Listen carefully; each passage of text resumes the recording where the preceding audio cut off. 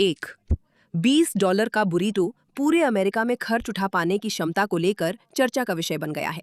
देखिए, हाँ, हम मानव इतिहास के सबसे अच्छे समय में रह रहे हैं, जहां हमारे पास सुविधाएं और आराम है, लेकिन साथ ही चीजें दिन ब दिन महंगी होती जा रही हैं और बहुत सारे लोग इससे वाकई परेशान हैं। और अगर आपको नहीं लगता कि ये आने वाले चुनावों में सबसे बड़ा मुद्दा बनने वाला है, तो आप गलत हैं। खर्च उठा पाना बहुत बड़ा मुद्दा है और जैसे जैसे ज्यादा लोग महसूस कर रहे हैं कि वे $20 का बुरीटो जैसी बुनियादी चीजें भी नहीं खरीद सकते, ये एक ऐसा मुद्दा बनने वाला है जिसे नेताओं को संबोधित करना ही पड़ेगा। लेकिन दानियल, असल मुझे में पूरी हुआ क्या? समय रेखा $20 समझाओ। वाले बुरीटो का विवाद क्या है और ये इतना महत्वपूर्ण क्यों है? और ये एक बार फिर से रूढ़िवादी आंदोलन में इतनी बड़ी दरार क्यों पैदा कर रहा है? मेरा मतलब है, चलिए इसे आजमा कर देखते हैं। और इस हफ्ते हम इतनी बेहुदा बातचीत में कैसे फंस गए? हम यहाँ इसलिए पहुंचे क्योंकि जैसा कि आपने अपने इंट्रो में थोड़ा सा बताया, टर्निंग पॉइंट यूएसए के एंड्रयू कॉल्बर्ट ने कहा कि एक कॉलेज छात्र ने कथित तौर पर उनसे कहा कि ये ठीक नहीं है कि बुरीटो की कीमत $20 है, जो कि आप जानते हैं ये सच है। अगर ये सच होता तो मैं सहमत होता, ये ठीक नहीं होता। और फिर उसके बाद जोएल जो हमारे साथ यहाँ हैं, गॉर्डन, और आप जानते हैं मुझे लगता है कि उन्होंने उनसे ये तर्क दिया कि आप खुद भी बना सकते हैं, है ना? और आपने पूरे $20 में अपने लिए बना लिया।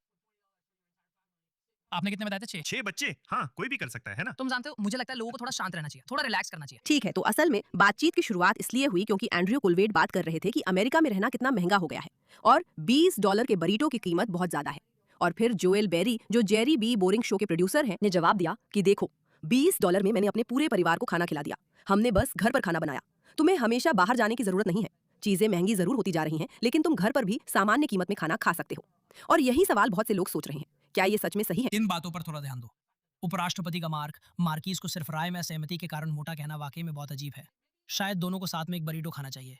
मुझे लगता है उपराष्ट्रपति की बात थी। ये वो आदमी है जिसने कभी बरीटो मिस नहीं किया, या कुछ इसी तरह की बात, जो कि आप जानते हैं, मैं खुद भी अपने जीवन में 1-2 बरीटो का आनंद ले चुका हूँ। मैं असल में चिपोटले का बहुत बड़ा फैन हूँ, तो मैं बरीटो की कीमतों से अच्छी तरह वाकिफ हूँ और बरीटो की महंगाई भी बहुत ज्यादा है, सच में। मुझे लगता है ब्रीटो फैशन। मैं आपको सुधारना नहीं चाहता, लेकिन अगर हम राजनीतिक शब्दों की बात करें तो मुझे लगता है ब्रीटो फैशन। डेविड, क्या इस देश में खाना बहुत महंगा है? कुछ खाना बहुत महंगा है। मुझे लगता है जब कोविड का दौर था और फिर महामारी आई और फिर खराब नीतियां आई जिनसे महंगाई बढ़ी, और इनमें से कुछ तो वैसे भी होने वाला था। जब आप एक अर्थव्यवस्था को बंद करते हैं फिर खोलते हैं तो वो तेज हो जाती है। हमारे यहाँ क्या था, लगभग 30% महंगाई या कुछ ऐसा ही, मुझे लगता है ऐसा ही था। लेकिन पिछले 2 सालों में मैंने इस पर गौर किया। आप जानते हैं, वहाँ ये इतना बुरा नहीं है। मेरा मतलब है, मुझे लगता है कि पिछले 2 सालों में घर के लिए खरीदे जाने वाले खाने पीने के सामान के लिए ये लगभग 2.5 और 2.9 रहा है। अब अगर आप बाहर खाते हैं तो ये लगभग 3.7, 3.9 है। तो हमारे पास अभी भी हमारे पास टाइम मशीन नहीं है।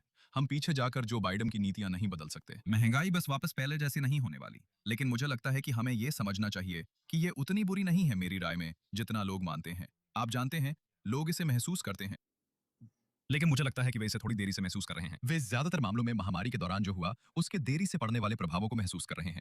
मेरा मतलब है, कभी-कभी जैसे बीफ के मामले में कुछ और समस्याएं भी थी। कुछ और खाद्य पदार्थ हैं जहां आप जानते हैं अर्थव्यवस्था में कुछ होता है, जैसा कि हम पहले बात कर रहे थे। लेकिन मुझे लगता है कि सूखा पड़ा था। और भी कई कारण हैं जिनकी वजह से बीफ महंगा है। उदाहरण के लिए, तो आप देखिए, यही वो जगह है जहां मुझे इस बारे में थोड़ी समस्या है, क्योंकि ये बहस कि क्या वाकई ऐसा हो रहा है या नहीं, एक महत्वपूर्ण बहस है। और हाँ, ये समझना कि बड़े राजनीतिक घटनाक्रमों का कीमतों पर असर पड़ता है, ये बात बहुत से लोगों के लिए समझना मुश्किल होता है। और महामारी के भी निश्चित रूप से लंबे समय तक प्रभाव रहेंगे, लेकिन साथ ही लोग वाकई में आर्थिक रूप से बहुत जूझ रहे हैं। जैसे लोगों के पास, मुझे पता है, बाहर जाकर खरीदारी करने में कितना खर्च आता है, लेकिन दाम बहुत ज्यादा है और ज्यादातर लोग उतना पैसा नहीं कमा रहे हैं कि वे बाहर जाकर अच्छे से खाना खरीद सकें, कम से कम अगर पूरी तरह से जंक फूड ना भी हो। और इसलिए ये कहना कि असल में ऐसा नहीं हो रहा है, भले ही तकनीकी रूप से ये सही हो, ये जवाब नहीं देता कि लगभग हर कोई महंगाई की तीव्रता क्यों महसूस कर रहा है। अगर ऐसा नहीं हो रहा है तो हर कोई इसे क्यों अनुभव कर रहा है? क्या ये महामारी के कारण हुआ? ठीक है, तो हम इससे निपटने के लिए क्या कर रहे हैं? युवाओं को अमूर्त सिद्धांत समझाना और ये कहना कि वे संघर्ष नहीं कर रहे हैं बहुत मुश्किल है। मुझे अपनी पूरी इच्छा शक्ति लगानी पड़ती है कि मैं मुट्ठी ना भींचूं और ना कहूं कि हमारे जमाने में, समझ रहे हो? हाँ, लेकिन सच ये है कि युवा हमेशा संघर्ष करते हैं क्योंकि उनके लिए चीजें हमेशा महंगी होती हैं, क्योंकि वे ज्यादातर लोगों से कम पैसे कमाते हैं।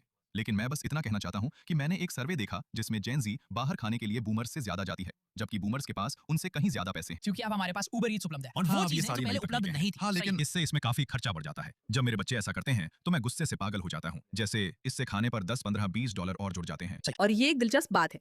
हो सकता है कि खाना महंगा नहीं हुआ हो, बस हमारी आलस और हमारी आदतें खराब हो गई हैं और इसलिए हमें लगता है कि हमें बाहर खाना खाने का हक है। मेरा मतलब है, मुझे याद है जब मैं बड़ी हो रही थी, बाहर खाना एक खास मौका होता था और आजकल आप सचमुच हर दिन बाहर खा सकते हैं और ये सच है, अगर आप कोई भी ऐप इस्तेमाल कर रहे हैं या अगर आप किसी अच्छे महंगे रेस्टोरेंट में जा रहे हैं, जो पहले एक बड़ी बात मानी जाती थी, आप जरूरत से कहीं ज्यादा पैसे खर्च करेंगे, बजाय इसके कि आप सीखें कि अपने घर में कैसे खरीदारी और खाना बनाना है, जैसे हमारे माता पिता करते थे और जैसे हम बड़े हुए हैं। और मुझे लगता है कि ये एक अहम बात है।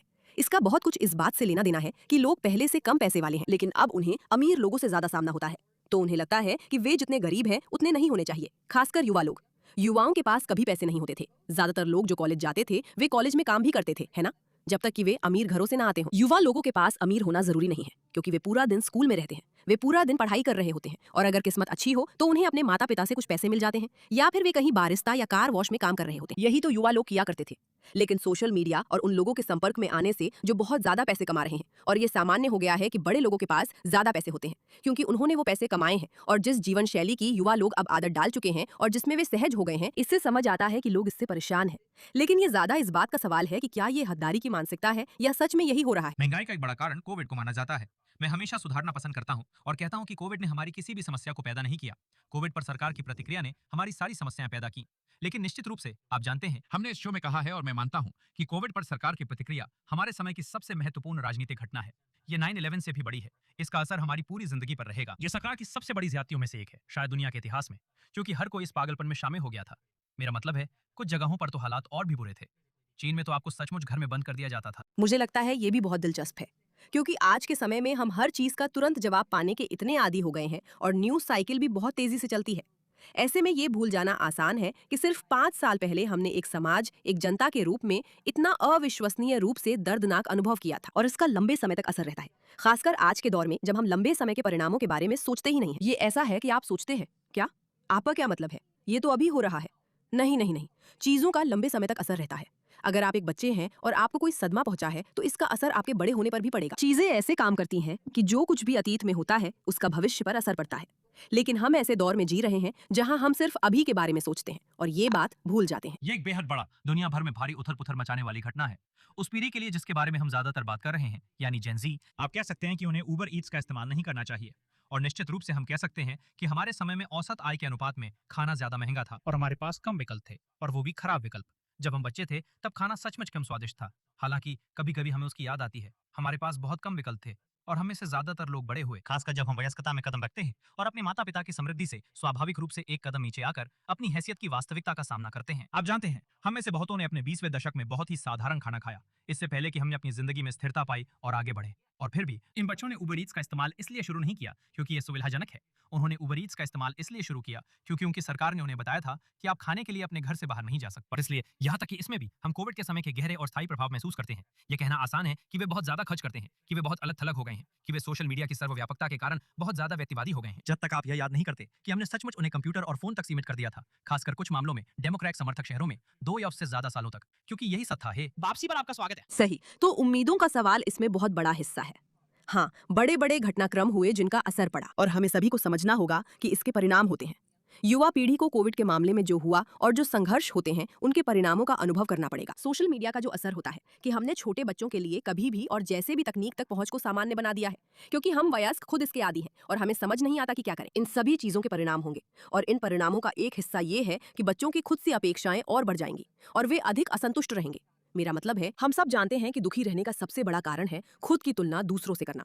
अगर आप अपनी जिंदगी तुलना करते हुए बिताना चाहते हैं तो आपको हमेशा लगेगा कि आप अच्छे नहीं हैं, और पूरा इंटरनेट इसी से भरा पड़ा है। ये एक तुलना का खेल है। तो अगर आप ऐसे युवाओं को जिन्होंने अभी खुद को पूरी तरह से विकसित नहीं किया है और जिनके पास अभी ज्यादा पैसे भी नहीं हैं, उनकी लगातार तुलना उन लोगों से करते हैं जिनके पास उनसे ज्यादा है, तो वे लगातार दुखी, खुद को ज्यादा हकदार समझेंगे और ज्यादा की उम्मीद करेंगे। और भले ही खाने की गुणवत्ता बढ़ गई हो या खाने तक पहुंच पहले से बेहतर हो गई हो, और ये सारी बातें सच भी है, लेकिन ये लगभग ये एक कठिन उम्मीद है जिसे युवाओं तक पहुंचाना मुश्किल है।